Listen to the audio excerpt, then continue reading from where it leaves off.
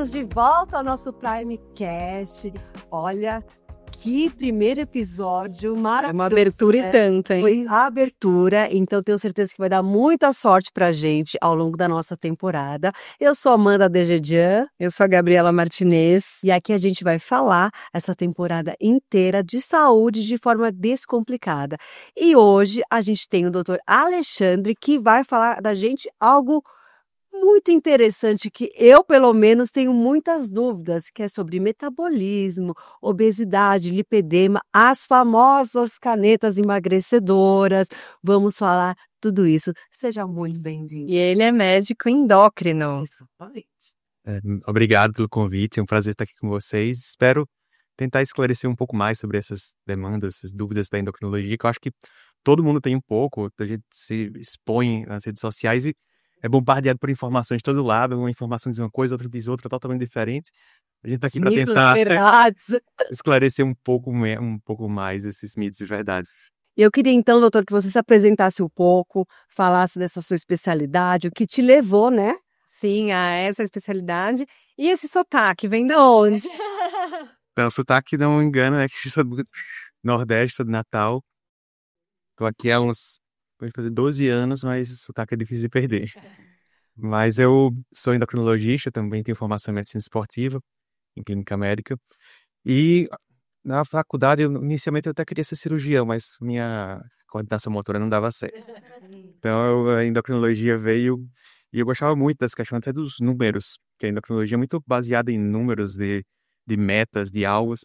Então acho que foi uma das primeiras coisas que me chamou a atenção. E acho que cada vez mais, quando eu comecei a entender a endocrinologia, nem tinha tantos recursos. Atualmente até, eu sou coordenador de uma pós-graduação, eu até falo, era muito mais fácil a endocrinologia 10 anos atrás. Agora tem um boom de medicações para diabetes, para obesidade, para de tudo, que torna a vida mais desafiadora. É bem melhor agora, tem muito mais recursos, mas a gente tem que estudar e aprender muito mais. Ah, que bom, né? Mas assim, quando a gente fala da endocrinologia, a gente sempre fala muito. A primeira coisa que a maioria das pessoas vê é a obesidade. A gente acha que o endócrino só cuida de uma pessoa que está acima do peso. Então, que de fato tudo que o endocrinologista vai cuidar da gente? Boa. A base são as glândulas endócrinas, aquelas que produzem algum hormônio que vai falar com outro local do corpo. Então, vai desde a hipófise, que a gente chama de glândula maestra do nosso organismo, que vai falar com a tireoide, com a adrenal, com a parte cardiovascular como um todo. Vai cuidar do pâncreas, do diabetes, vai cuidar da tireoide, as alterações de função e também os nódulos. Cuida da adrenal, cuida da parte de gônadas, a terapia de reposição hormonal, tanto masculina quanto feminina. E também da obesidade, claro. Então a gente acaba cuidando, eu até brinco com os outros colegas de outras especialidades que diz que a gente fica, qual a melhor especialidade? O cardiologista vai trabalhar com o coração, o gastro vai trabalhar com a parte gastrointestinal, o endócrino acaba tendo que trabalhar com tudo. Então a gente vai, é como se fosse a gente vai para um parque de diversões e acaba podendo agir em vários locais do organismo. Então até tem uma demanda grande para pessoas procurando check-ups com endócrinos, porque a gente acaba também entendendo um pouco mais essa dinâmica do corpo. Interagindo como um todo. Muito legal. A Gabi, ela é nutricionista, né? Então ela sempre gostou muito dessa porque eu acho que são profissões que são muito aliadas, né? Porque precisa ser, né? Então, a endocrinologia, explica um pouquinho pra gente. Então, quando um paciente chega, né, com uma obesidade, que hoje a gente tem um grau de obesidade considerável, né, no Brasil, e então você olha esse paciente como um todo, vê se tem alguma disfunção para poder agir no tratamento, certo? Exato. Atualmente, mais de 50% da população brasileira ou tem sobrepeso ou tem obesidade, ou seja, tem algum aumento aí de peso que precisa ser observado. E primeira coisa, quando a gente já vai observar o paciente, é o que fatores a mais ele está tendo para contribuir com esse quadro. Às vezes tem uma doença tireoidiana, às vezes tem alguma questão adrenal, às vezes tem uma questão nutricional, alimentar, do estilo de vida, que é o mais comum, mas não dá para simplesmente excluir essas outras possibilidades. É fundamental a gente avaliar como um todo e para agir da maneira certa, principalmente pensando na fase de manutenção mais na frente, porque não adianta só, a gente vai falar mais na frente das canetas, simplesmente, passa uma medicação, toma isso aqui, você vai perder peso. Vai perder, Mas depois, o que é que vai acontecer? Se ele parar, vai reganhar? Então, tudo isso tem que ser observado nas Eu ouvi primeiras. muito assim, né? Eu já ouvi muito que assim, endócrino passa remédio, né? Ficou isso, eu acho que muito. E aí vocês têm que, né, desmistificar isso, É bem isso. porque não é bem assim, né? Se quiser uma coisa para o estilo de vida, é nutrição. Se quiser remédio, endócrino é sinônimo de remédio. E são profissões que, assim, juntas têm muito sucesso, né? Quando o paciente tem um acompanhamento multidisciplinar, com nutricionista, com educador físico, com endócrino, enfim, todas as especialidades que eles precisam se acompanhar em conjunto, nossa, o sucesso é muito maior, o engajamento é muito maior, a manutenção de peso dos resultados a longo prazo, bem, bem melhor. E você me falou uma coisa que eu achei interessante, né? Então a pessoa não necessariamente ela acaba tendo obesidade só por excesso de caloria, porque comeu. Isso pode ser uma disfunção da tireoide, então de repente ela do nada, vamos assim dizer, né, do nada, mas ela passa a ter aumento de peso por conta de hormônios estarem desregulados? Também pode ser uma possibilidade. O que eu gosto de explicar assim tudo passa por uma matemática. Você tem que adquirir mais calorias do que o que você gasta. Só que gastar pode ser um gasto ineficiente. A gente pode estar gastando pouco devido a algum problema endócrino, alguma tireoidopatia, alguma questão adrenal, o próprio lipedema, a gente vai conversar um pouco também, faz com que o paciente gaste menos. Às vezes, a taxa metabólica mais baixa, a gente tem que incentivar mais a atividade física, todo mundo deveria fazer, mas algumas pessoas precisam fazer mais ainda. Então, a gente precisa resolver essa matemática. Não só parar de comer, muitas vezes tem que reduzir a ingesta calórica, mas tem situações que se eu reduzir a ingesta calórica, o paciente vai perder massa magra e daí não vai conseguir depois manter o peso. Então, tudo isso tem que ser equilibrado, realmente. E aí a tireoide, para o pessoal entender o que ela é, o que ela faz no nosso corpo e os tipos. Não digo o tipo de tireoide, mas... Esse tipo de problemas tireoidianos, Você entendeu, né? Porque assim, né, Tem uns treinos. adoram falar, né, assim, ai, não, eu engordei porque eu tô com problema na tireoide. E como é que é? E aí a pessoa vai no médico, ela fica até triste, né, porque a tireoide... Não comi mesmo. Não, é muito comum a gente ver, não, é porque eu tenho tireoide. Que bom que você tem, né? Bom, tireoide todo mundo tem. Que bom, eu não sei quem tirou a tireoide por algum motivo. Mas dos problemas tireoidianos é até bom a gente falar que é uma coisa que gera muita dúvida, até com os pacientes que a gente acompanha, às vezes eles ficam questionando sem entender os exames que a gente está passando e os resultados que chegam. Mas a gente tem duas divisões, problemas da função da tireoide e problemas relacionados a nódulos e coisas da formatação, nodulações, riscos de cânceres da tireoide. Em relação aos problemas da função, que são mais comuns relacionados a ganho ou perda de peso, a gente tem o hipotireoidismo, que é aquela que a tireoide reduz a função, geralmente é causado aqui no Brasil por um problema autoimune, que é como se nosso corpo entendesse que a tireoide tem alguma coisa errada e produz um anticorpo que vai bloquear a função tireoidiana. Isso faz com que o corpo produza menos hormônio tireoidiano. E aí a pessoa tem facilidade para ganhar peso. Geralmente tem a facilidade para ganhar peso. Tem exceções, mas geralmente tem muita retenção de líquido, geralmente tem tanta questão da taxa metabólica como da retenção de líquido, que é muito mais comum nessa população. E também tem o hipertireoidismo, que é quando a tireoide geralmente também é por um problema autoimune, só que o corpo produz um anticorpo que vai lá na tireoide e estimula ela a produzir hormônio demais. Também pode ganhar peso, geralmente perde, mas as pessoas têm mais fome. Mas por que perde? Porque o hormônio tireoide, boa pergunta até pra gente explicar o que a tireoide faz, né? Por quê? Porque o ganho vai porque retém mais líquido, ela fica mais lenta. Aí, porque a tireoide está trabalhando muito. Exato. O hormônio tireoidiano ela serve para ativar várias outras células em relação à função e à termogênese, é uma das principais funções da tireoide. Então ela vai ser das principais glândulas que vai regular o calor, a produção do calor. A gente estava sentindo frio aqui, provavelmente a nossa tireoide estava produzindo mais hormônio para tentar compensar. O problema da tireoide? Sabe? Bem em breve. Então ela produz mais hormônio para tentar equilibrar essa questão do calor, da produção da nossas termogênese.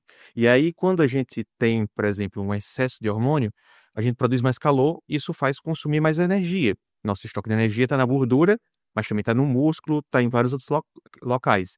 Então, até um risco que a gente vê, algumas pessoas tomando hormônio tireoidiano inapropriadamente, sem diagnóstico, pensando, vou emagrecer.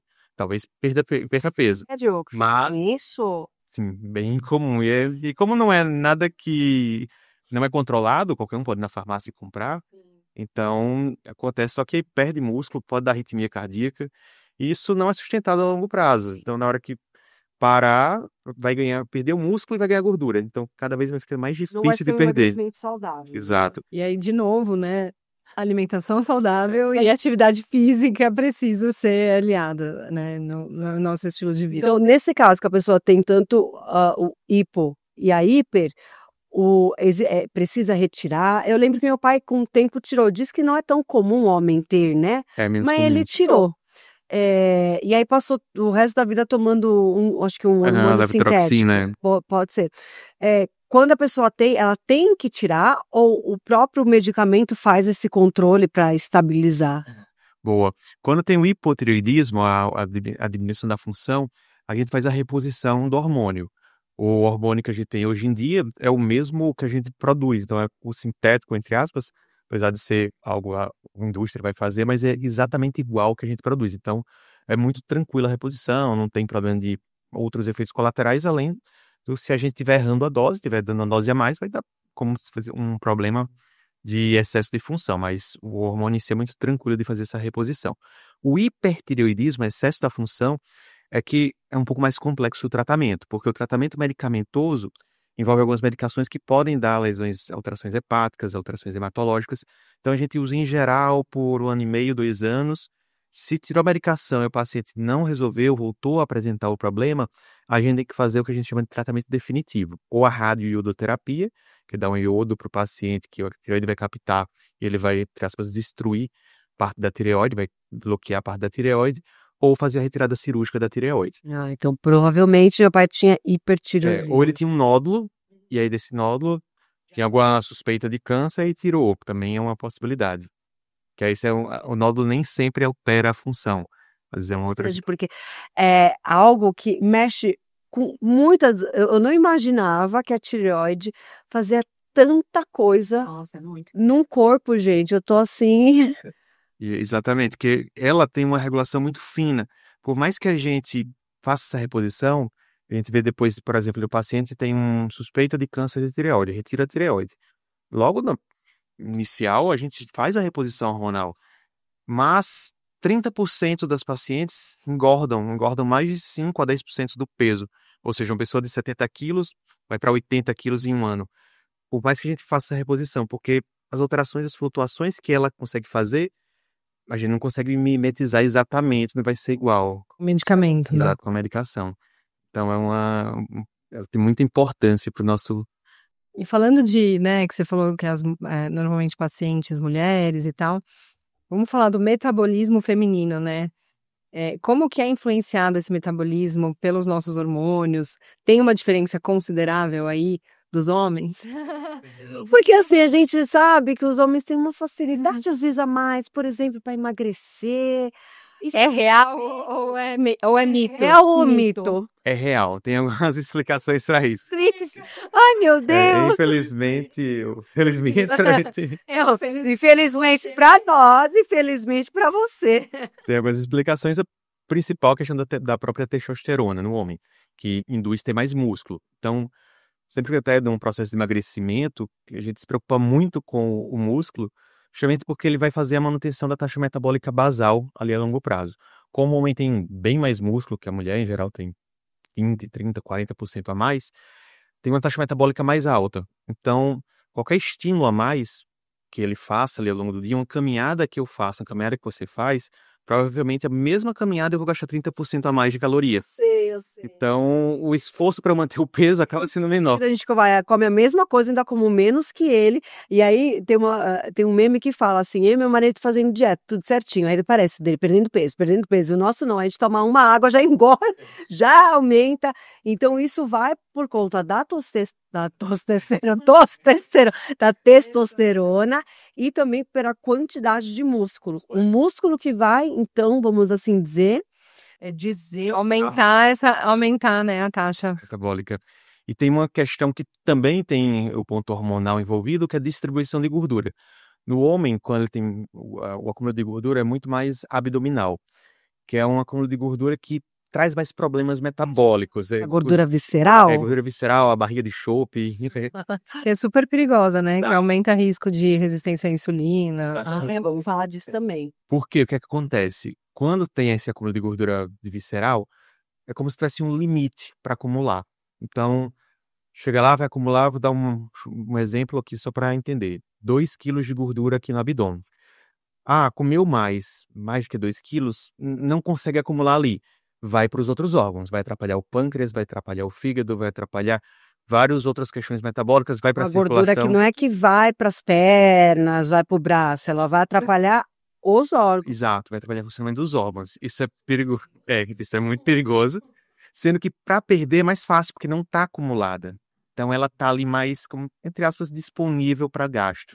Seria como se fosse a primeira gordura que gasta. Isso é a gordura no fígado, por exemplo, um exemplo. Para a gordura do fígado. Que é muito comum, né, assim, hoje.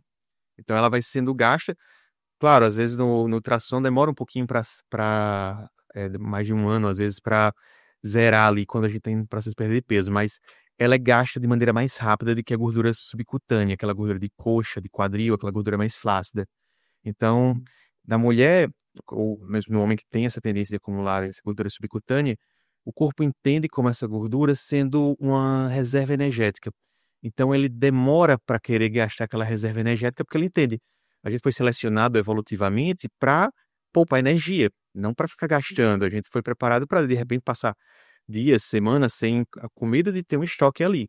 Então, o nosso corpo tenta, ao máximo, resguardar aquele estoque para depois conseguir usar. Então, a gente precisa de um déficit calórico muito maior e muito mais sustentado para conseguir ter uma perda de peso. E aí vem as medicações que ajudam bastante para isso. Ou seja, então, de uma forma bem prática, aí para as pessoas entenderem também, a gordura abdominal, ela é mais perigosa, né, do que a gordura nos outros membros, né? E até falando de lipedema, porque eu já ouvi falar também que essa gordura abdominal, ela tem muito mais risco, né, para a saúde mesmo, do que até uma gordura de lipedema, que é nos membros inferiores, enfim. Por conta do que você falou de atingir os outros órgãos. Exato, vai atingir os outros órgãos. Tem esses prós e contras. Então, numa intervenção que a gente consiga perder peso, a pessoa vai tender a perder mais fácil. No lipedema acaba sendo mais difícil. É a acúmulo de gordura mais subcutâneo. É que às vezes a gente vê problemas na gordura quando altera o exame.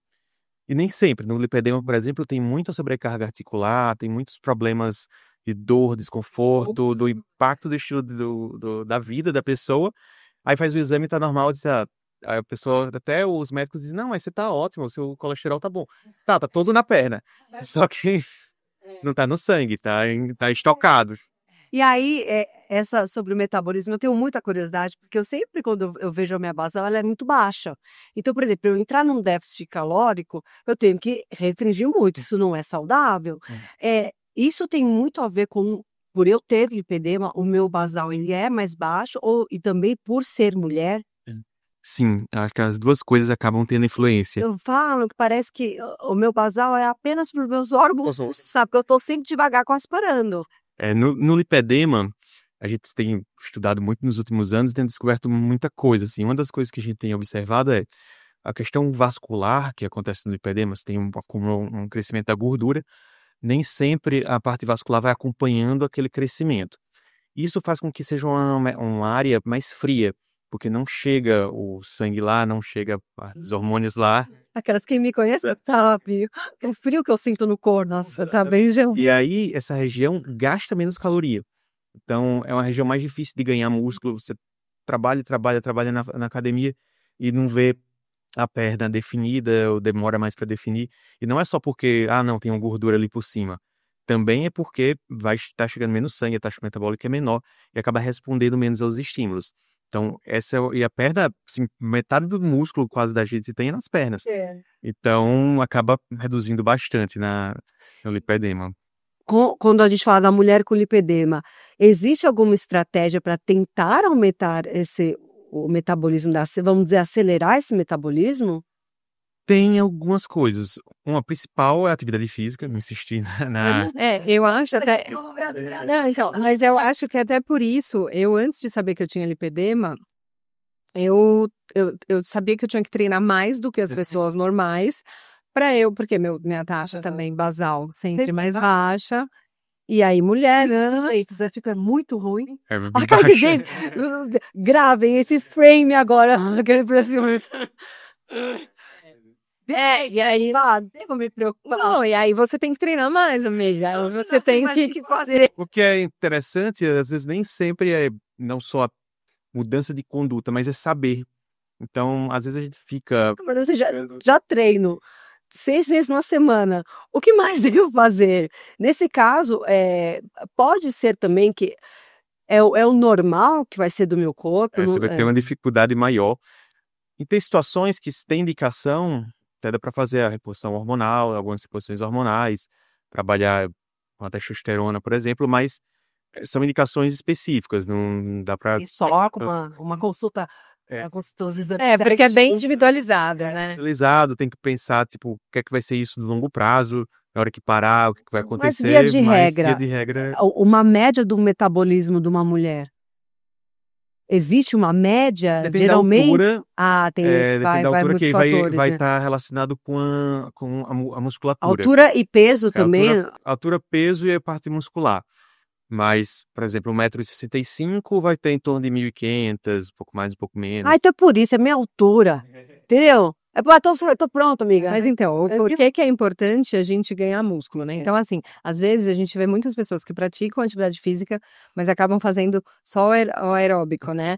Então, fazer só cardio, você não vai estar ganhando ali um músculo. Então, por que é tão importante a musculação, né? Porque você aumentando o músculo, você aumenta o seu basal. Basal e aumento também ajuda em muitas coisas, né? Pelo que a gente está vendo aqui dos profissionais, a gente falou até, nosso primeiro episódio foi com o Dr. Brito, falando mais do lipedema, ele falou muito sobre a importância do músculo pro geral, né? É.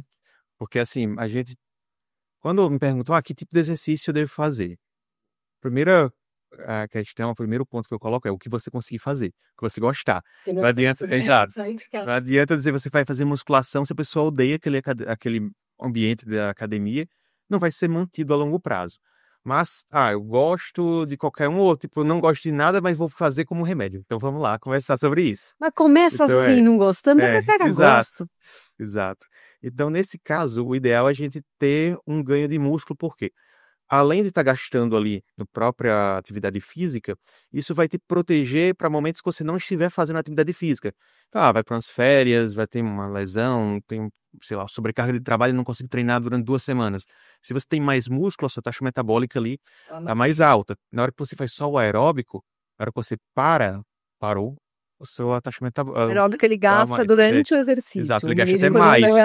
Assim, do esforço. Exato, ele gasta até mais o aeróbico, mas ele não vai manter, na hora que se você para de treinar, não vai estar uma taxa metabólica mais mantida. Entendi. Agora eu queria, antes da gente entrar na parte de emagrecimento saudável e sustentável, que eu acho que para quem quer emagrecer, o grande ponto é como manter.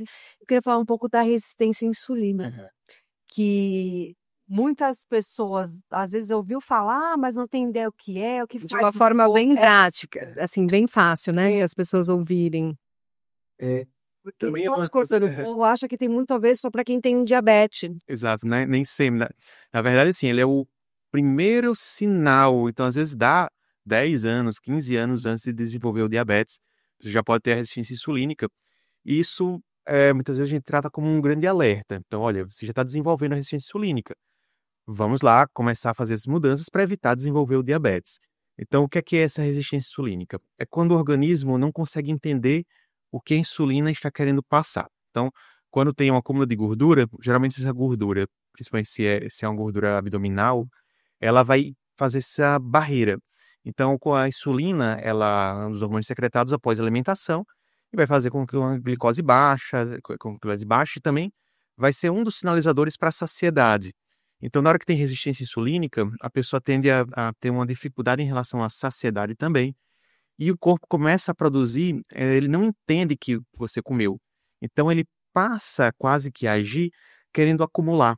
Então, você Você fica em reserva. Exato, ele tende a querer estocar mais. Por isso que é uma certa dificuldade nessa situação de perder peso, ou seja, não está tratando também essa resistência insulínica de maneira E o associada. que causa a resistência insulínica? É genético?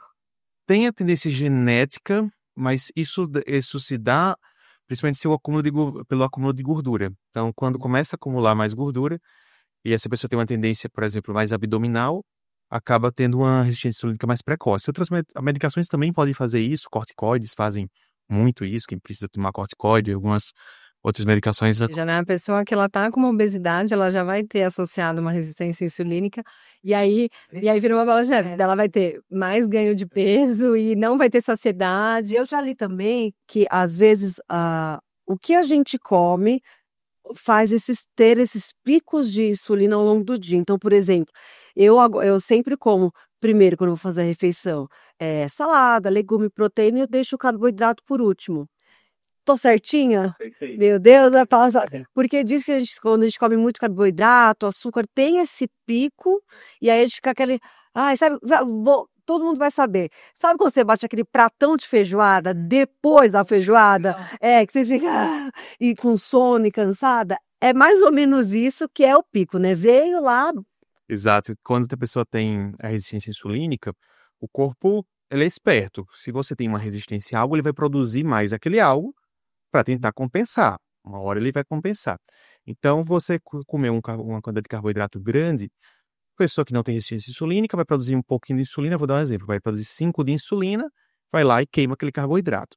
Quem tem resistência vai ter que produzir 50 de insulina, mas vai continuar queimando aquele carboidrato. O problema é que aquele 50 de insulina, ele está ali, agindo, uma hora ele vai passar aquela barreira e vai às vezes até agir demais. Cai a glicose de vez. Quando cai essa glicose de vez, dá aqueles problemas de sonolência, indisposição. Isso também acaba gerando uma série de questões aí de rendimento, de performance. Mas tem um outro ponto, que também a gente acaba entrando aqui no lipedema, enfim, que quando dá esses picos de insulina, a insulina, ela também retém sódio, retém sal e retém água. Então acaba retendo mais.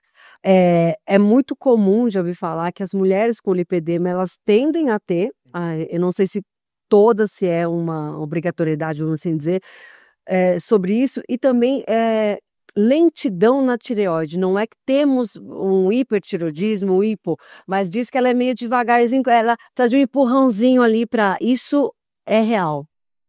É até uma boa questão, porque assim, o que é que a gordura ali daquela região vai ter a ver com a tireoide? O lipedema é um distúrbio que você já nasce com a predisposição de ter. Então, a maior parte das vezes tem a ver com o receptor do estrógeno, o receptor do hormônio feminino. Só que nem todo mundo que tem essa predisposição vai desenvolver. E alguns fatores na vida podem fazer. Então, dentre eles, problemas hormonais da tireoide, problemas intestinais, intolerância ao glúten, que a pessoa fica mais inflamada, intolerância à lactose, fica mais inflamada. Então, acaba que essas pessoas que já têm uma predisposição, se desenvolve algum desses fatores durante a vida, acaba exacerbando. Então, a gente acaba flagrando mais o lipedema nessas situações. Então, é bem comum ter essa associação, muito porque, às vezes, se a pessoa só tem o fator de ter o problema, não vai desenvolver.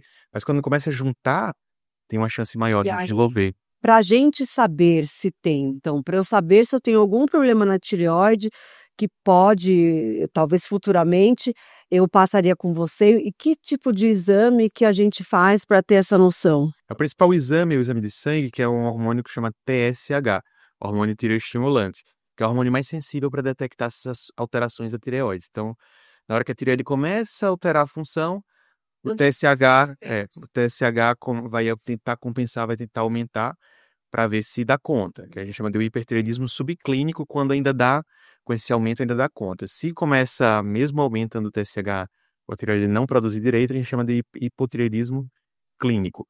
E tem outros marcadores que a gente tenta avaliar se tem a suscetibilidade de desenvolver, que são os anticorpos.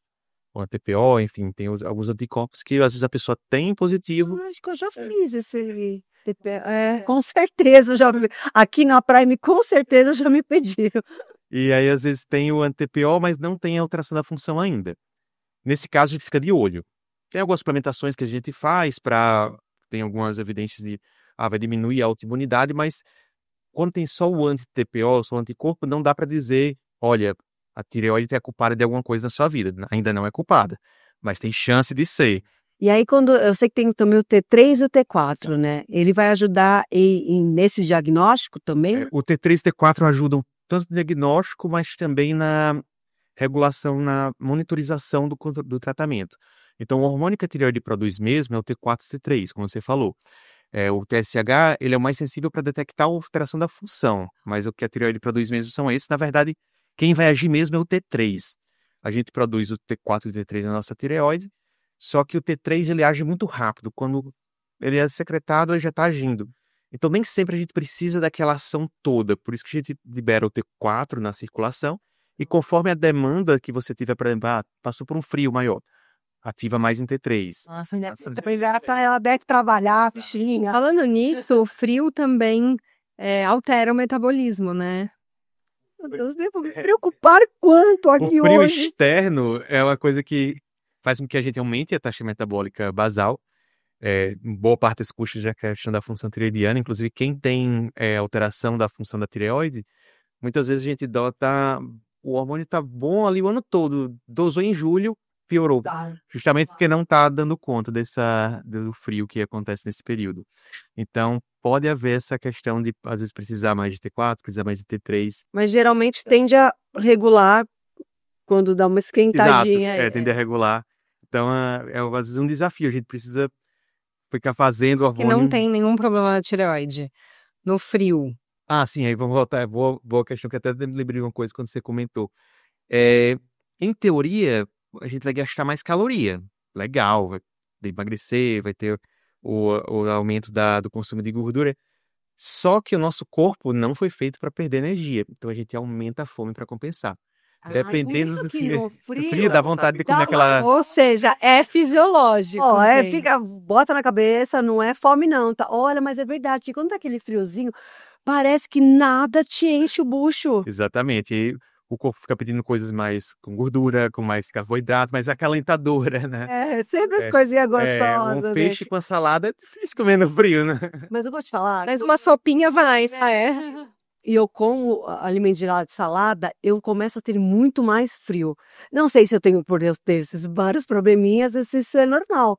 Porque tô no frio, aí eu preciso automaticamente vir na sequência com um alimento quente para meio que voltar à temperatura do corpo. Isso que você está relatando é algo que é realmente fisiológico. Quando a gente come muitas fibras, não quando com qualquer coisa, mas com uma fibra que não tem temperatura, nosso corpo vai desviar o sangue para o intestino. Então, vai tirar o sangue dos músculos, vai tirar o sangue de outras partes do corpo, vai para o intestino e você vai sentir mais frio.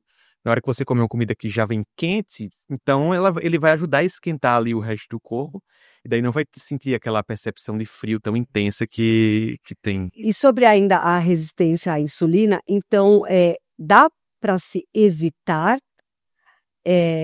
Existe alguma coisa que pode, por exemplo, a gente que é mais suscetível por conta do lipedema, existem, além de fazer alimentação mais correta, alguma coisa para tentar evitar ao longo do dia ter esses picos? A atividade física ajuda muito. Depois de uma atividade física, a gente fica com pelo menos 2 dias mais sensível à ação da insulina. Então, se você faz 2 dias de semana, mas esses 2 dias seguidos, você vai passar um período ali com a suscetibilidade maior. Mas se você faz de maneira mais regular, mesmo que não consiga fazer todos os dias, mas dia sim, dia não, você vai passar um tempo mais sensível à insulina. Então, isso vai evitar esses picos, essas flutuações. Outra coisa que você faz, a questão do tipo de alimentação a ser escolhida, da ordem. Então, se primeiro fibras, primeiro são, ou você come, em vez de só o pão, come um pão com requeijão light, com ovo, com a proteína, então mistura o carboidrato com outros alimentos que têm uma absorção mais lenta, você consegue equilibrar um pouco melhor. E essa resistência insulínica, a longo prazo, ela pode virar... Pode virar diabetes, pode virar todas as muito complicações, comum, né? alteração Então, de colesterol. A pessoa, ela já evolui ali, né? Ela não sabe da resistência insulínica, e aí aí quando ela vê, ela tá com diabetes. Uma coisa que você falou muito interessante, às vezes demora 10 anos para diabetes, porque na minha cabeça, assim, não tenho diabetes, mas eu sei que a resistência eu tenho. E melhorou muito com essa mudança da ordem da comida, de fato, de chegar, quantas vezes, um pão com manteiga, sem nada. Eu percebo a diferença hoje do que um pão com ovo ou a ordem do alimento. Então, se eu não ficar ligada, eu posso desenvolver a diabetes. Sim. Mesmo não tendo, vamos supor, pai e mãe com diabetes, isso além de ser genético, ele Exato. Quando tem uma pai, mãe, quando tem mais pessoas da família, a chance é muito maior. Mas mesmo sem ter, se você forçar, você pode. Isso tem a ver com etnia também. Por exemplo, asiáticos têm uma tendência a acumular mais abdômen, então é muito mais comum. Mesmo assim, o IMC, o índice de massa corporal normal, a gente vê alterações quando tem essa acúmulo de gordura mais abdominal. Então é algo para se ficar bem atento. E uma outra coisa que às vezes a gente escuta muito é a pessoa dizer: não, mas eu dosei a insulina no sangue e veio normal. Boa parte da insulina que a gente produz fica lá no fígado, a gente não consegue detectar em exame de sangue. Então, nem sempre porque aquela insulina está normal, você não tem resistência insulínica. Então, essas flutuações do eu corpo de cheguei a fazer percepção. bastante exame, era glicemia, era Hemoglobina e a glicada, né? para tentar descobrir, e aí foi de outras formas que foi realmente que no sangue aparentemente estava tudo ok. Eu falei, não, mas os sintomas eram muito evidentes, né? Foi aí que a gente viu. E aí eu queria muito entrar no assunto sobre o emagrecimento saudável e sustentável, porque eu acho que assim, quando a pessoa ela tem uma obesidade, ela quer emagrecer, ela quer o quê? Não ter o reganho, não voltar. Então, assim, como que é trabalhado isso? Porque uma vez eu li, porque eu sou curiosa, vocês sabem, não sei se é verdade, mas também não sei se o lugar que falou é esse mesmo, mas é hipófise, talvez? Você falou dela? Sim. É o que guarda as coisas? O hipotálamo. O hipotálamo é o órgão regulador é o principal órgão regulador da fome e da saciedade. Eu vou falar o que eu li e você me fala se é verdade. Que diz que a gente tem como se fosse um elástico. Então, estou segurando, finjam que é um elástico aqui. E aí, vamos supor que o meu maior peso da vida foi 78 quilos. Então, cheguei nos 78 quilos. E aí, eu consegui emagrecer. Hoje eu mantenho 58, 60. Só que lá no fundo gravou 78. E ele quer desesperadamente me voltar nesse meu maior peso. É mais ou menos isso? Sim. É exatamente isso. Gente, eu sou É muito exatamente. estudiosa, sou muito estudiosa. Esse é o conceito que Se eu tivesse tem um elástico, porque assim, ele vai esticando. Eu né? gosto de comparar com mola, mas o elástico é Pronto, perfeito. a mesma coisa. É uma das, assim, quando a gente começa a abordar o paciente, uma das primeiras coisas quando a gente vai falar do emagrecimento, é essa questão da chance de reganho, porque a gente não quer só perder. A gente quer perder e manter, que é o principal, a maior dificuldade depois ao médio e longo prazo. Aí fica aquele efeito sanfona. Exato. Que aí, quanto mais efeito sanfona na vida, mais difícil vai sendo. E daí a gente vai até depois, quando falar das canetas, explicar um pouco porque agora é controlado, tem a ver com essa questão desses efeitos sanfonas de potencial de ter. Mas o nosso hipotálamo, infelizmente, ele foi programado para memorizar o maior peso da vida. A gente... Que cara. Pois que é. cara. Olha, Ele não foi. Eu reclamo desse cara, ele não foi muito a nosso favor, né? Dezenas Milhões de de milhares de anos que isso foi importante. Que agora... Mas custava ele evoluir? Talvez evolua, mas daqui a centenas de milhares de anos.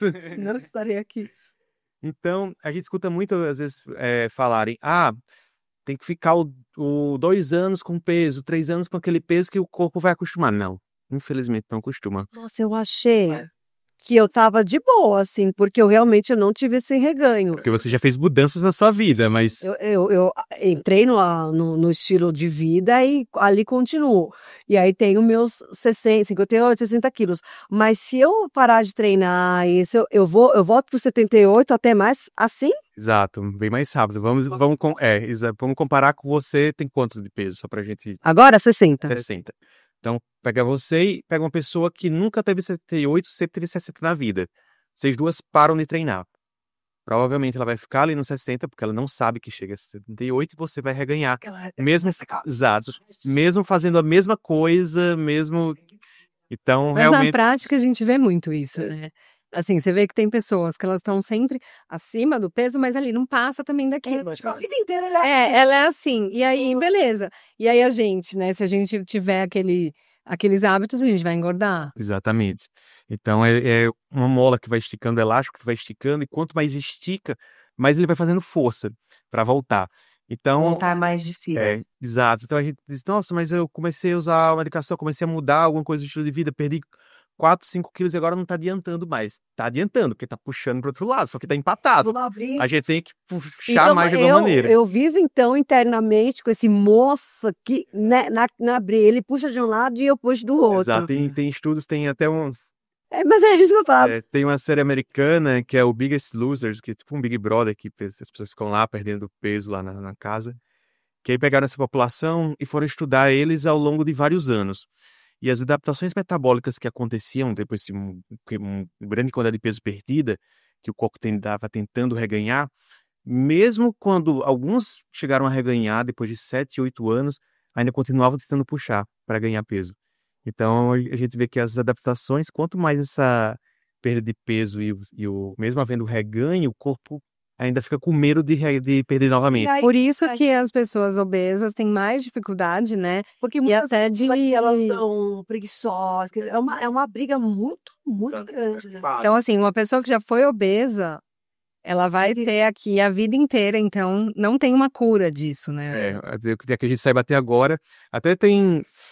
Sempre quando lança uma medicação nova, alguma coisa, diz, será que ela não vai reprogramar o hipotálamo? Será que não vai... Com quem que a gente reclama dessa pessoa aqui? Vou ligar pro SAC. Vou ligar pra ela e falar, Deus, poxa, vamos evoluir isso mais rápido? Não dá pra reprogramar isso? Como que você, como endócrino, lida com essa parte para esse seu paciente evitar o reganho, porque assim, talvez ele não vai passar pro resto da vida com você, mas o teu papel é fazer com que ele perca e mantenha o máximo. E como que você... Qual é o tipo de... Estratégia. Tem algumas estratégias já que são bem validadas. Uma, atividade física. A gente orienta pelo menos 200 a 240 minutos por semana de atividade física, de média a alta intensidade, porque na fase de manutenção, você vai comer mais, ninguém vai ficar passando o resto da vida restrito da alimentação. Mas na fase de manutenção, se você conseguir queimar mais aquela caloria, você ganha em performance, provavelmente não ganha em peso. Então, uma das principais estratégias é essa. Ou seja, 240 minutos, gente, 4 vezes na semana. Lembrando que a semana tem 7 dias. Porque as pessoas, elas contam. É engraçado, né? 5 vezes. Elas esquecem final de semana, e aí 5 dias na semana, 5 dias. Ela fala assim, eu fiz 2 vezes na semana, porque eles... Da semana, né? Nosso corpo soubesse. Então, assim, tem que tomar cuidado com isso, né? Porque 4 vezes na semana, ou ela faz... E é importante ela pegar um dia do final de semana, né? Eu sempre falo isso, porque final de semana a gente acaba comendo um pouquinho mais. Tá, e também você não tá naquela rotina desgastante da semana, então você vai ter mais tempo para fazer uma atividade que seja ao ar livre, né? Com a família, enfim, né? É só criar um hábito mesmo, né? Um estilo de vida. E aí entra até naquela questão da resistência insulínica. Se você faz 2, 3 dias, segunda, terça e quarta, você, naquele período ali você vai ter uma sensibilidade melhor à insulina. Mas vai chegar no final de semana, vai ficar sem também, vai ficar 2... Legal intercalar, Exato, por isso que é legal intercalar. Vou intercalar, se não puder fazer 5 ou 6 dias, vai fazer 4, mas tenta não passar mais de 2 dias sem fazer atividade física. A primeira coisa que você pede é manter a atividade física. Manter ou começar toda a consulta, por mais que a pessoa não faça, a gente sempre está no nosso papel. Como é que está a atividade física?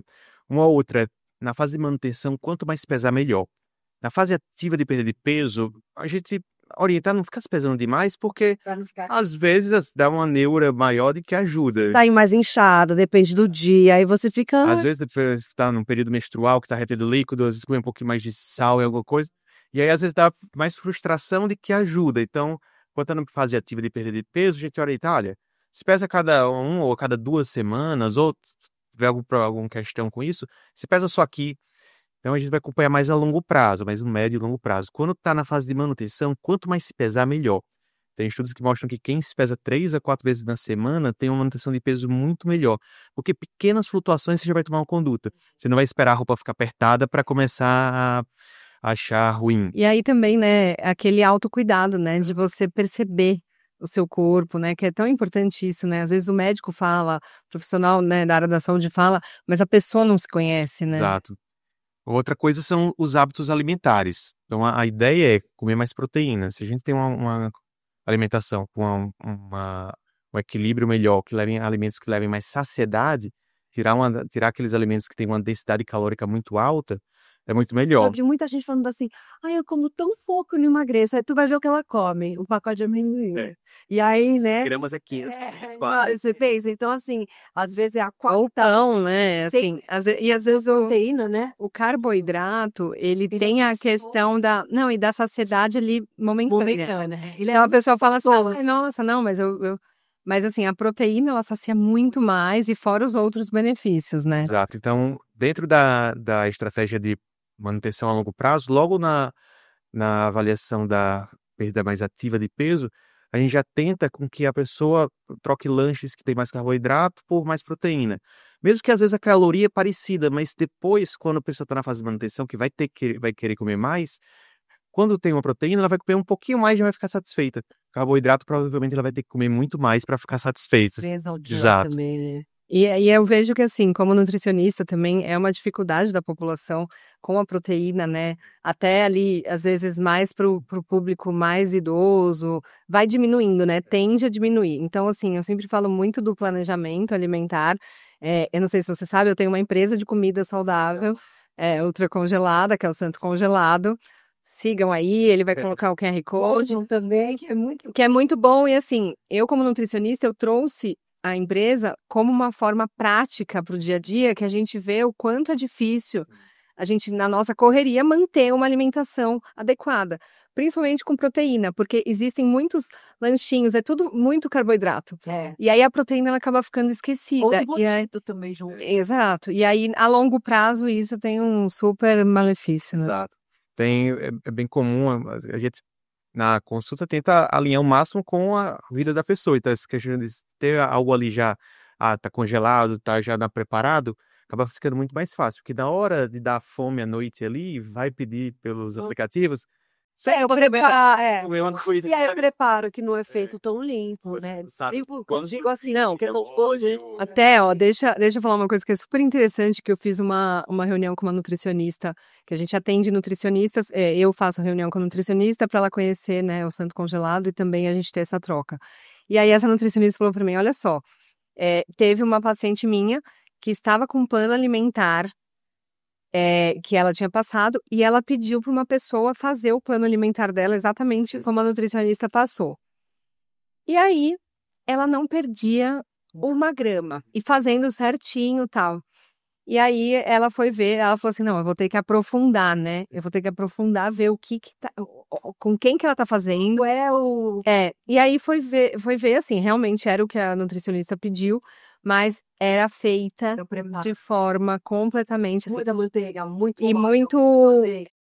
aditivos, né? Então, assim, para dar sabor, então, né? Os caldos prontos, muito óleo, então, ou um fio de azeite. Fio de azeite. Então, assim, eu falo que assim, né? O Santo Congelado, ele tem 10 anos já, a gente tem 10 anos de empresa, e tudo tem ficha técnica. Então, assim, pode ser a cozinheira, ela sabe fazer aquilo lá de olho fechado, mas ela pesa. Então, assim, para uma panela de 20 litros de sopa, vão 6 ml de azeite. É super pouquinho. Então, assim, quando a pessoa consome uma comida adequada, e até assim, o restaurante por quilo tem que tomar muito cuidado, né? Porque às vezes a gente acha que tá comendo saudável, é o frango grelhado. O frango grelhado foi grelhado num óleo. Porque assim, nos restaurantes e até nos aplicativos, quando a gente pede, né, a prioridade é a palatabilidade. Então, tem que ser gostoso. E aí, né, o Santo Congelado sempre fala, né, que sempre o nosso desafio ali, e o que a gente conseguiu chegar é ter sabor, porque a alimentação, eu queria falar um pouquinho disso com você também, da importância da alimentação, não perder o prazer, né? Porque comer é prazeroso. E ter fome, e a gente podia falar um pouco disso também, né? Que ter fome é saudável. As pessoas, elas às vezes querem não ter fome, e aí depois a gente fala dos medicamentos e tal, mas assim, o medicamento ele age muitas vezes cortando a fome, e aí isso é saudável, né? A longo prazo você precisa controlar, né? Você precisa ter um autocontrole, né? Do seu comer, né? Do seu ato de comer, né? Saber comer bem, saciar aquela fome. É um exercício, né? Mesmo. Muito da priorização do momento. A maioria das vezes, você até fala para o paciente, olha, a bula manda ter que dobrar a dose da medicação a cada 2, 4 semanas. O meu objetivo, quando começo, a maioria das vezes não é bloquear a fome, porque depois sua fome vai voltar. Depois, como é que vai lidar com isso? Então, a ideia da medicação é para facilitar o processo. Então, você vai diminuir um pouco daquela, entre aspas, compulsão. A maioria das vezes não é compulsão, mas é aquela vontade mais que você não consegue controlar adequadamente. Então, para você ter escolhas mais saudáveis, escolhas menos com a emoção e mais com a razão. Um assunto que é bem legal da gente falar daqui a pouco. Então, é a ideia de um pouco até eu costumo graduar mais lentamente, e até falar, ó, vamos pesar a cada 15 dias. Se não estiver perdendo ali a cada 1, 2 semanas, estiver estável, vamos aumentar um pouco. Mas não necessariamente bloquear a fome, porque depois não adianta, você vai ficar sem comer, vai também perder músculo, não vai conseguir a quantidade adequada de proteína, e aí vai perder o peso, mas na hora que parar a intervenção ali, nem sempre dá para parar, até falo com isso com os pacientes. A ideia, claro, é sempre a gente ficar com menos medicação possível na vida. Mas uma das estratégias de manutenção a longo prazo, para algumas situações, é ter que manter. Se a pessoa, não consigo fazer atividade física, não consigo mudar os hábitos. Ok, eu não vou te obrigar a te amarrar e ficar de caminho, mas Pensando muito na saúde dela, né? Vamos manter a medicação ali até a gente conseguir equilibrar com outra coisa, que a mola tá puxando pro outro lado. Alguma coisa tá... E, gente, precisa ter, né, a força de vontade. Essa semana, 2 pessoas que estão com a canetinha falaram pra mim, em diferentes lugares, falaram pra mim, porque como eu sou nutricionista, sempre vem esse assunto, e aí falaram pra mim assim, não, mas eu vou aumentar a dose, e as pessoas estão aumentando por conta. Porque eu já tô sentindo fome. Aí eu falei, então, mas aí que é o ponto, você vai sentir fome, e aí você tem que ter esse autocontrole, você precisa escolher as escolhas conscientes. Então a pessoa ela não quer sentir fome. Ela vai viver de fotossíntese. Não, ela não sente fome, ela não sente vontade, e aí ela não come. Mas e aí quando voltar, né, a fome? E é isso que eu falo também sobre as emoções. Tanto os hormônios e as emoções, elas interferem totalmente no ganho de peso, né? Como que você consegue, quando você vê que o paciente, ele, na verdade, ele está comendo mais por emoção, não necessariamente por fome, ou quando tem essa parte hormonal desregulada? E é hormônio, né? Será que é hormônio isso? É hormônio também que mexe com essa parte? Pode dar. Os hormônios estão envolvidos, mas nem sempre é uma, entre aspas, desregulação deles. Às vezes a emoção, por exemplo, está fazendo cortisol, adrenalina, aumentar, e na verdade a gente tem que controlar a emoção e não o hormônio em si. Então, muitas vezes tem relação com o hormônio, mas no geral não é culpa primária do hormônio. Alguma coisa está fazendo o hormônio ficar alterado. Então, o cortisol está alto. O cortisol está alto porque pode ser que você esteja estressado da sua vida, ou pode ser que exato, sono ruim, o dia tá virando dia pela noite, tomando xícaras e xícaras de café ali durante o dia. O café é bom, mas assim, tem seu limite, enfim. Enfim, tá sobrecarregado, e daí não adianta a gente querer culpar o cortisol. A gente vai ter que tentar melhorar o seu estilo de vida, os hábitos. Mas pode ser que realmente se a glândula adrenal esteja produzindo em excesso, aí a gente tem que mexer nela, mas é a minoria. Mas é bem mais raro. Mais exceção. A compulsão, ela tem alguma parte na cabeça, algum fator hormonal? Ela é mais psicológico. Mais psicológico. Tem muita coisa hipotalâmica na compulsão, no hipotálamo. É o vilão da nossa conversa. Exato, o vilão e o salvador, porque as medicações também mexem nele para melhorar. Então, tem muitos estímulos lá, que a compulsão é comer uma grande quantidade de comida em pouco tempo e não controlar, e independente da comida. Então, até uma pergunta que é bem importante quando a gente vai abordar mas se não tivesse aquele doce, se fosse, sei lá, um feijão frio que você achou no pote de sorvete, você comeria? Se ela comesse, independente de qualquer coisa, isso é compulsão. Se não é a comer alimentar. Então é independente do alimento, ela só precisa estar mastigando. Quer mastigar, e só para quando passa mal. Então ela não consegue comer um pacote, 2, 3 biscoitinhos, daqui a pouco 2, 3, tem que comer tudo, só para quando... Tive isso na pandemia. Nossa, e assim, eu sempre achei como nutricionista, eu sempre achei assim, nossa gente, como que alguém pode, né, comer um negócio sem fim? E aí eu precisei passar na pele. E assim, foi desesperador. Eu tenho, assim, compaixão pelas pessoas que têm compulsão. É desesperador, porque eu só tinha prazer na hora que eu tava comendo. E eu precisava estar comendo pra continuar tendo prazer. E aí você para, você não tem mais prazer, e aí você volta. Olha, é desesperador.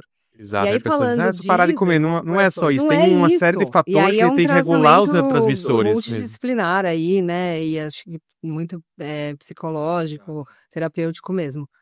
E vamos, já que a gente falou disso, né? Vamos falar das canetas. Eu queria antes falar do lipedema um pouquinho só, sobre essa. Só para finalizar o assunto do lipedema, sobre a disposição que a gente tem, a fadiga, isso é devido ao lipedema. A gente, como a gente consegue lidar? Porque a mulher com lipedema, eu percebo que ela tem um cansaço maior, uma fadiga maior e indisposição. Que atrapalha nosso Atrapalha, atrapalha, porque a gente sempre tem que estar treinando mais, fazendo mais, Tudo e mais. descansando muito mais. É, metabolicamente falando, isso todas nós temos isso. Tem uma chance maior de ter. Por quê? Um tem a ver com aquela parte anatômica, ortopédica. A cada quilo a mais que você tem nessa região de quadril, de coxa, é como se tivesse sobrecarga de 5 a mais em cima do joelho. Então, se você tem 5 quilos ali a mais nessa região, é como se tivesse 25 em cima do joelho, do tornozelo, que você está tendo que aguentar mais. Então, anatomicamente, você está carregando muito mais peso por uma quantidade de músculo menor, porque é uma região que tem menos vascularização, então vai chegar menos nutrientes ali no músculo, boa parte do tempo fica na gordura, então é um pouco mais difícil mesmo. Às vezes, só entender isso, a pessoa já fica mais tranquila. Tipo, não, tem que treinar mais porque realmente tem essa questão, prós e contras. Tem as vantagens que vai dar aqueles menos problemas metabólicos de quem tem um acúmulo de gordura mais abdominal, mas pensando no peso, esclarecer, ó, vai dar um pouco mais de trabalho e não se compara com as outras, com o resultado que está tendo, porque senão vai ficar frustrada. Porque a comparação, a gente nunca se compara com algo pior que a gente, já começa por aí, né? Então a gente sempre acaba, a hora que a gente entende isso, porque tem horas que a gente precisa ouvir o corpo também, porque senão, eu cheguei a um ponto, uma época que eu estava já no overtraining, eu treinava tanto, que eu estava estressando o meu corpo de uma tal forma que estava inflamando mais, trazendo. eu estava piorando os lipedema. sintomas, porque eu falava assim, não, mas eu preciso então fazer mais e treinar mais. E aí eu também ficava mais cansada, mais inflamada. Isso é um problema quando a gente começa a lidar e ver que existe muito isso, essa questão da sobrecarga em excesso, porque o que muita gente pensa, se eu não estou com dificuldade de ganhar músculo, eu vou todo dia treinar perna. Sendo que no lipedema, assim, diferente de outras, eu tratar uma obesidade por ganho de peso generalizada, no lipedema, quando a pessoa tem um peso a mais, eu tenho, além de fazer o déficit calórico, eu tenho que garantir que não haja inflamação nas pernas. Por quê? Quando tem inflamação tem líquido ali. Esse líquido que tem na inflamação não é só água. Ele tem nutrientes, ele tem açúcares, ele tem, enfim, aminoácidos que vão alimentar aquela região. Então, se você está passando por um déficit de caloria, o corpo vai tirar energia do seu estoque. Mas se parte do seu estoque está sendo alimentado de outra maneira, por inflamação, você não vai tirar da perna. Então, você vai... Exato, você vai perder do seu rosto, do bochecha, do pescoço, e a perna vai ficar daquele jeito. Então, é importante equilibrar e o corpo está falando, olha, está com dor, desconforto, alguma coisa está errada. Pode ser de treino, pode ser às vezes de alimentação, algum alimento que está inflamando. Nem todo mundo precisa tirar todo tipo de alimento, mas tem que entender quais os que precisam, observar quais os que vão estar levando essa disrupção, Né? Às vezes tá vendo, o fazer demais também atrapalha. O equilíbrio. Agora sim, amiga, porque eu sei que é um assunto que vocês estão esperando. A gente deixa para o final, de segurar nos telespectadores, que são as famosas canetas emagrecedoras, que tá um boom aí, agora chegou no Brasil, e aí a gente já via algumas pessoas tratando isso, mas parece que tá virando assim, não é mais 500 obesidade, quero perder água e 5 quilos, já vou, não, vamos tomar, como que para endocrinologia, para obesidade, ela está sendo vista, e os riscos, a gente agora quer saber de tudo. Boa. Não, eu acho que o principal questão que deve ser encarada elas são facilitadores do processo. Mas o processo de mudança do estilo de vida, melhora do estilo de vida, tem que existir, porque senão vai ser emagrecer quando perde peso, acaba perdendo músculo, parte do músculo também, por mais equilibrado que seja o processo, perde um pouco de músculo. E na hora que ganha, geralmente ganha só gordura. Então, tem todo um desafio para não começar só a usar por usar e depois parar sem ter uma estrutura ali. Então, um dos principais desafios foi um dos motivos pelo qual essas canetas foram regulamentadas para ter, só poder ser com uma A receita. princípio era para pessoas que tinham diabetes. Exato. E aí perceberam que o efeito colateral, as pessoas estavam emagrecendo. Aí falaram, vamos ficar passando onde assim? Esse é até interessante, porque eles são hormônios que a gente produz no nosso intestino. O GLP-1, e no caso da tizepatida, Mounjaro, ele atua tanto no receptor do GLP-1 e tem outro hormônio chamado GIP. E esses hormônios, eles, quando a gente come, a gente produz naturalmente, informa lá para o nosso pâncreas, olha, pâncreas, comece a produzir insulina, porque tem comida vindo aí. Olha, hipotálamo, pode ficar quieto aí, porque Por favor, tem comida vindo, não precisa ficar mandando estímulo de fome. Então a gente tem toda essa regulação. Só que com o ganho de peso, principalmente as custas da gordura abdominal, mas o ganho como um todo, a gente perde um pouco essa sinalização. Já tem estudos que mostram que esses estímulos acontecem de maneira menos eficiente em pessoas com mais peso. Então você pega e vira aquela bola de neve, além de ganhar peso, tem uma dificuldade maior de ter aquela sinalização. Então às vezes a pessoa fala, não, eu não como muito. Ela não, às vezes não tá mentindo assim por querer. Às vezes ela não tem a percepção que tá comendo. Então isso acontece bastante também. Da saciedade que não vem da sinalização, porque ela não tá sinalizando. Tipo, estou satisfeito. Exato. Então para ela aquele prato pouco. Embora é ok. Embora não seja, se a gente for para comparar com outros padrões. Então existe isso.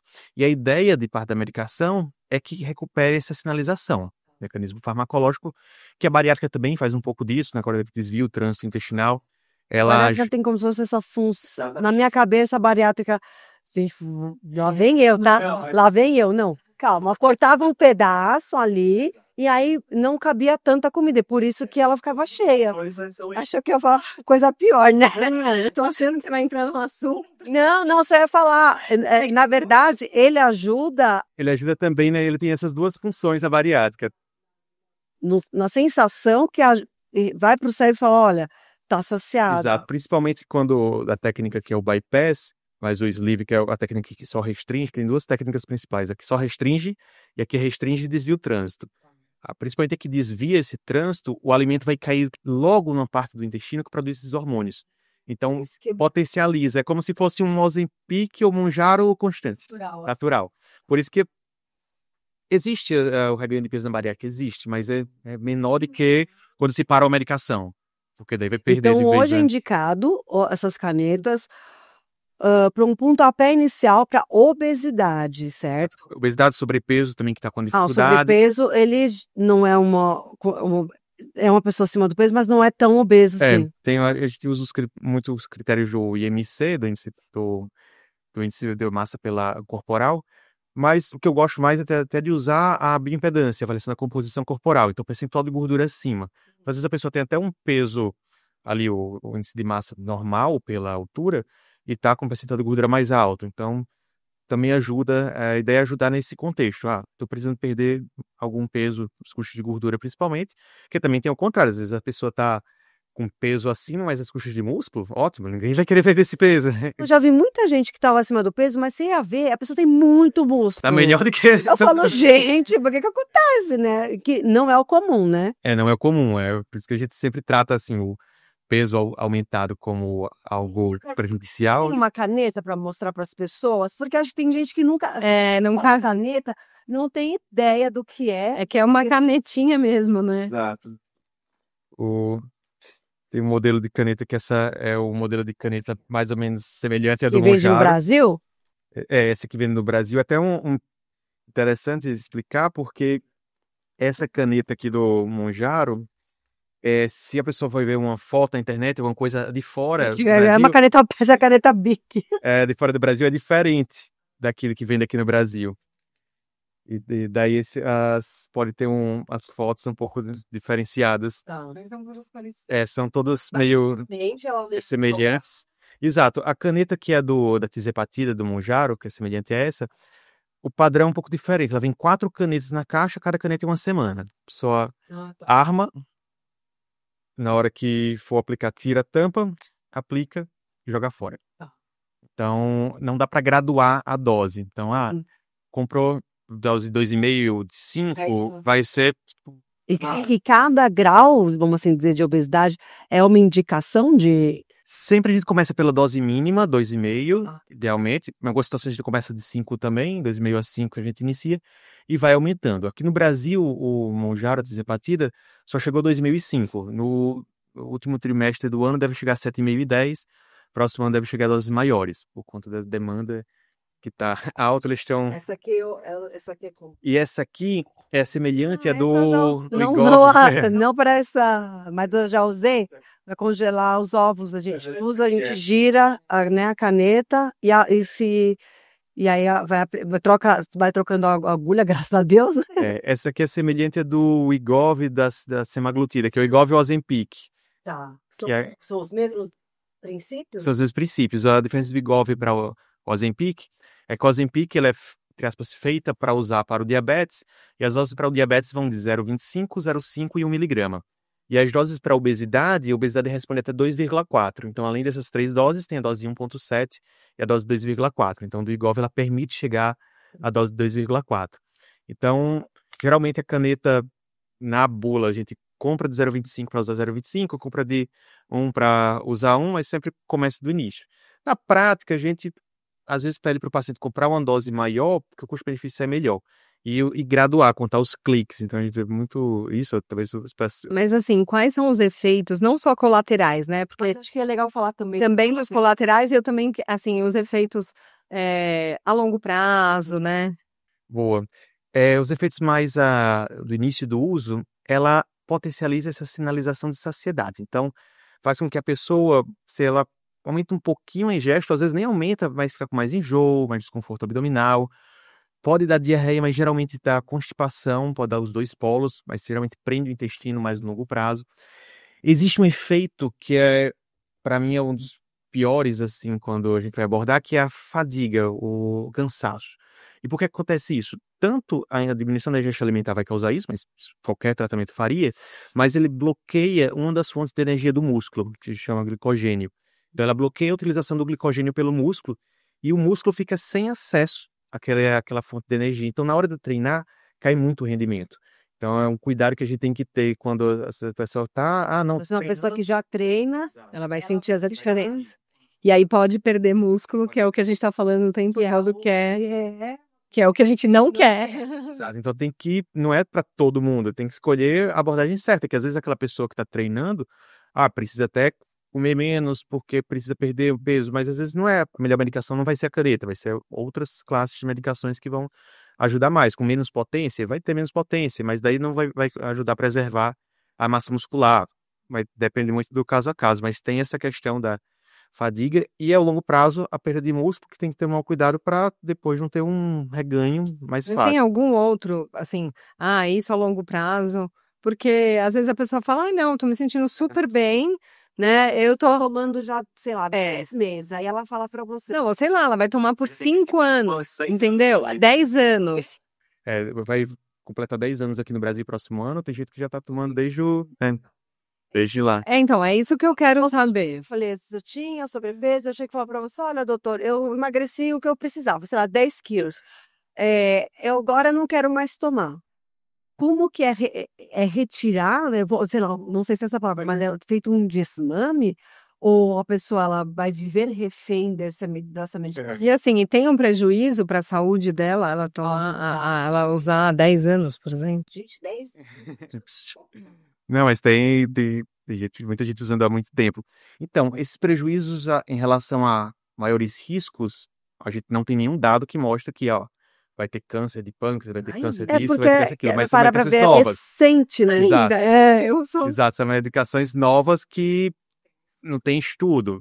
Por enquanto, a gente tem uma segurança. Tem a questão do bolso, que é cara, então vai ser uns R$1.000 por mês aí a mais. Então, sempre é um desafio. Tem a questão do mal-estar que pode causar, do náusea, enjoo, que isso acaba gerando uma questão. Toda semana, todo dia ali Mas o que você perguntou da redução gradual. Então, quando a pessoa chega num peso-alvo, qual a pergunta que a gente tem que ter? que é que tá fazendo segurar o elástico. Porque eu sou assim, se a gente falou que aquele elástico vai ficar puxando, eu vou ter que tomar pro resto da vida? Se não estiver fazendo nada para segurar, vai. Não, aquele... Exato. Não quero fazer isso. Às vezes a toma, ela precisa Mudar os hábitos. mudar os hábitos também. Exato. Na bula vai estar lá que é uso contínuo. A princípio, no Também, livro... se eu fosse a assim, farmacêutica, eu ia falar. no livro vai ter daí lá, olha, não para de usar. Então, quando que teoricamente para? Não sei. Pode ser, se a paciente, geralmente, a maior parte do peso é perdido até 6 meses.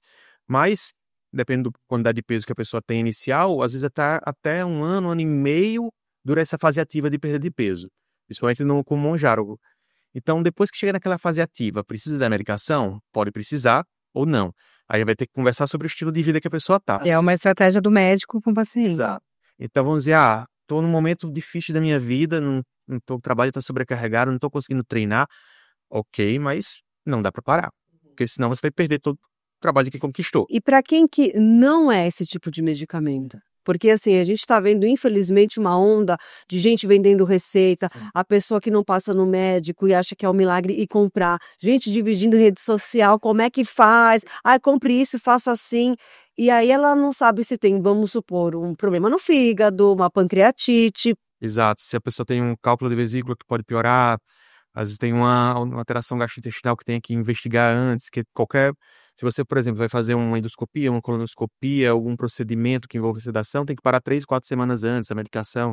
Então, tem Congelamento de óvulo, isso, não pode. Então, tem que ter toda uma série de entender que momento a pessoa está vivendo. E uma outra coisa, dependendo do quanto de peso que precisa perder, porque às vezes vai mais atrapalhar que ajudar.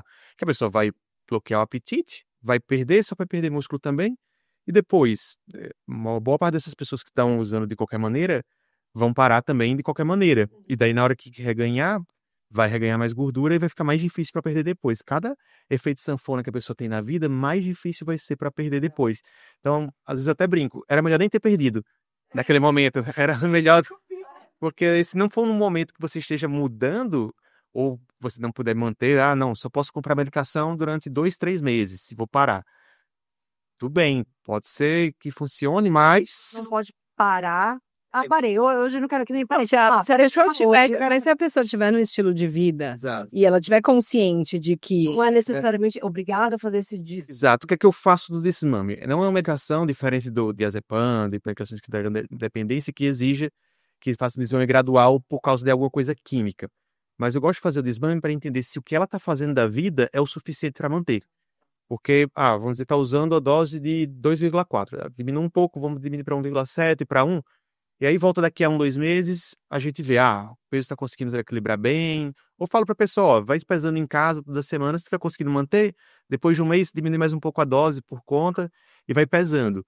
Se estiver sendo suficiente, ótimo. Se não, talvez alguma dose precise manter, ou algo a mais da vida precisa fazer, para tentar ter esse equilíbrio ali. Mas muitas vezes ganha músculo na hora que está perdendo. Então, daí a importância da composição corporal. Sonho ganhar músculo, de qualquer jeito. E aí, trazendo para o lipedema, a gente está começando a ver aí alguns médicos falarem sobre, vamos dizer, benefícios, não sei se é essa a palavra, da microdose da tizerpatida, que seria outro monjário, né, para o lipedema. Então, o que você acha, né? O que é verdade, não? Tem um fundamento teórico, mas que a gente está estudando ainda, está tendo compilação de dados para entender se isso é realmente fato ou fake, mas... Porque qual é a ideia a diferença da tizepatida para a semaglutida? Esse hormônio a mais que a tizepatida, o monjaro atua, que é o GIP, em períodos de jejum, se você tiver sobre um déficit calórico, ele vai estimular a quebra de gordura como fonte de energia, vai estimular essa lipólise. Então isso para o lipedema é bom, porque na hora que você... É muito difícil. Exato. Então se você estiver conseguindo fazer o déficit de caloria, você vai ter um fator a mais ali para estimular essa lipólise. E na prática, assim, a percepção parece ser essa, porque alguns pacientes que mudaram da semaglutida para a tizepatida, às vezes mesmo comendo semelhante, começaram a perder um pouco mais de peso. Isso pode ser... nos membros onde tem o lipedema, né? No geral, e acaba também perdendo, como ela tem um efeito de inflamação do corpo, acaba que as pernas tendem a responder bem. Então, tem um fundamento teórico, se tiver dentro de um estilo, não é só colocar a medicação, e nem sempre a microdose vai funcionar, mas Microdose seria essa que você falou que é a menor ou menos ainda? tem pessoas que aplicam menos ainda do que essa. E aí seria... O importante é estar fazendo sobre... mas aí tem que... Aí é manipulado, aí tem... tá, porque você Por disse fora do que aqui Brasil. só tem a caneta. Só essa caneta aqui. Então seria menos que isso, só para o corpo tentar quebrar essa gordura que é mais difícil. Então, exato. Para garantir um pouco mais esse déficit de caloria, que às vezes a pessoa já está fazendo, mas facilita, e ter essa estímulo a mais na lipólise. Isso pode ser só uma coisa observacional, inicial, que está se tendo, mas indica que tem uma linha aí para se estudar para o lipedema. Então é algo que parece ter um futuro promissor. Então, mas foi para ajudar mulheres que às vezes por mais todo o esforço que que já tem aquela redução da mobilidade, né? Que tá um acúmulo realmente. Quem sabe às vezes elas não precisam nem chegar ao ponto da cirurgia, né? Exato, porque assim, a desproporção quase sempre fica. Vamos dizer que eu tenho 25% de gordura no abdômen e 40% em perna. Vou perder 10% de cada um, vai ficar 15 e o 30. Então vai ter desproporção, mas não pode piorar na proporção do emagrecimento, que é o que a gente vê. Às vezes de 40 vai ficar 38 e perde tudo em abdômen. Então fica uma desproporção ainda maior, sobrecarrega ainda mais, perde músculo. Verdade. Então capaz de ficar mais magra onde ela não tem o lipedema, porque vai agir, e um pouco menos. E a percepção até que às vezes a pessoa engordou. Então a gente, não, mas engordei nas pernas. Não, você perdeu bem você menos. Emagreceu, você não emagreceu demais. Exatamente, você não emagreceu nas pernas. Então ainda é algo que está sendo estudado. Vamos esperar mais um pouquinho, mulherada, porque eu já vi muita gente, você viu isso, e aí, desesperada. Calma, melhor a gente... eu falo que a gente já esperou tanta coisa para ser diagnosticada, vamos esperar mais um pouquinho, né? Fazer as coisas, primeiro procurar um médico, saber as opções, mudar o estilo de vida, que a gente bate muito isso na tecla, né? Alimentação, atividade física, hidratação, que eu acho que é o principal, né? Porque não adianta você chegar e mandar fazer todos os exames, fazer tudo, se ela não faz pelo menos isso, né? Exato. Até uma dificuldade que tem com a questão das canetas, que parte desses efeitos até de fadiga, indisposição que ela traz, tem a ver com a hidratação. Porque como ela dá um pouco de náusea, um pouco de mal-estar, isso faz com que a pessoa esqueça de tomar água. Beba menos água ainda. Beber mais ainda, né? Ela vai beber mais ainda. Então, caso caia a pressão, às vezes dá um mal-estar mais importante. Minha pressão já é 8 por 5. Gente, já tá sobrevivendo aqui. Eu sou um caso bom pra você, eu sou um caso. Assim, a medicação, de uma maneira geral, é segura. Mas a gente tem que tomar esses cuidados com o longo prazo, né, para todo mundo, e tem que pensar sempre no bem-estar, na manutenção do estilo de vida. O que é que eu vou fazer para otimizar? Quero para o futuro, né? Exato, e ela pode ser uma ponte facilitadora. Mas não é milagre. Não é a solução, né, por si só, né?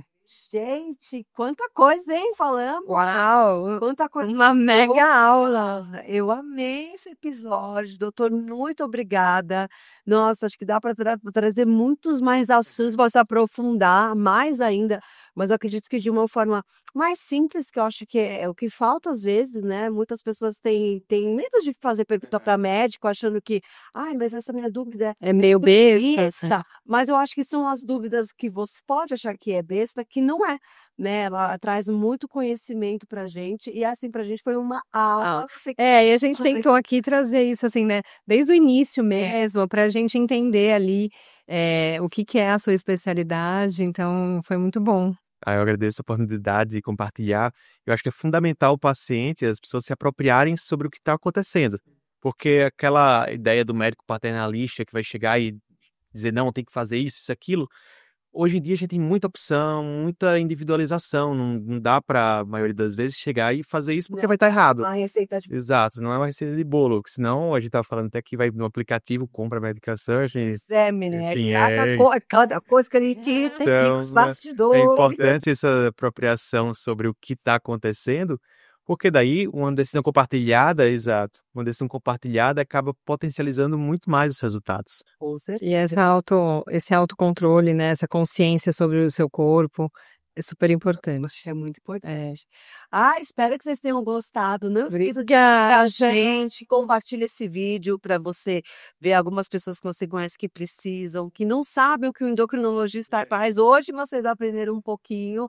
Não é só obesidade, né? Não é só obesidade, né? Você pode evitar muitas coisas. E em breve tem novo episódio, né? Sim, eu espero todos vocês juntinho com a gente. Beijo. Beijo.